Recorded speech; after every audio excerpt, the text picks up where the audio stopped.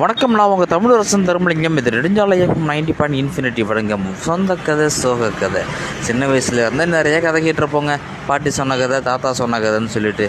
ஆனால் நம்முடைய கதையை பார்த்திங்கன்னா யாருமே சொல்லியிருக்க மாட்டாங்க. நம்மலாம் இந்த மண்ணை விட்டு போய் சேர்ந்ததுக்கு அப்புறம் தான் அவன் அப்படி வாழ்ந்தான், இப்படி வாழ்ந்தான் அப்படின்னு சொல்லுவாங்க. இருக்கும் பொழுதே உங்களுடைய அனுபவத்தை வெளியுலகத்துக்கு யாருமே சொல்ல மாட்டாங்க. நீங்களே சொன்னாலும் அதை ஏற்றுக்க மாட்டாங்க.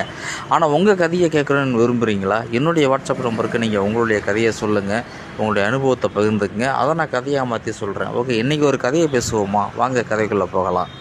ஒரு ஆசிரியர் என்ன சொல்கிறாரு மாணவர்களே அந்த மாமரத்தை பாருங்கன்னு சொல்கிறாங்க. அந்த மாமரத்துக்கு கீழே ஒரு அப்பாவும் பையனும் வராங்க. 2 மாமரத்தை பொறுக்கிறாங்க. பையன் ஒரு மாமரத்தை பிடிக்கிட்டு போயிடுறான். அப்பா ஒரு பழத்தை எடுத்துகிட்டு போயிடுறாரு. அடுத்து ஒரு குரங்கு கூட்டம் வருது. அந்த குரங்கு கூட்டத்தில் தாய் குரங்கு சேய் குரங்கு மடியில் சுமந்தபடி வந்துக்கிட்டு இருக்குது. தாய் குரங்கு 2 மாம்பழத்தை எடுக்குது. அதில் ஒன்று தன்னுடைய வாயில் வச்சுக்கிட்டு, ஒன்று கையில் வச்சுக்கிட்டு ஓடிக்கிட்டு இருக்குது. படுத்துக்கிட்டு இருந்த அந்த சேய் குரங்கு என்ன பண்ணுதுன்னா, மடியில் படுத்துக்கிட்டே இன்னொரு மாம்பழத்தை வாங்கி சாப்பிட்டுக்கிட்டு போய்கிட்டு இருக்குது. அடுத்து ஒரு எறும்பு கூட்டம் வருது. அந்த எறும்பு கூட்டத்தில் தாய் எது, தந்தை எது, குழந்தை எதுன்னு யாருக்குமே தெரியல. அதுங்களும் தனக்கான தேவையாக தன்னுடைய இனிப்பு தொகுதிக்கெல்லாம் வாயில் சுமந்தபடி போய்கிட்டு இருக்குது. நாமளும் அதேமாதிரி யாரையும் சார்ந்து இல்லாமல், அப்பா அம்மாவுக்கு தொந்தரவு இல்லாமல் நமக்கான தேவையை நாமளே சம்பாதிச்சுப்போம் அப்படின்னு சொல்லி கதையை முடிக்கிறேன். மறக்காமல் உங்களுடைய கதையை சொல்லுங்கள். நன்றி, பாய் பாய்.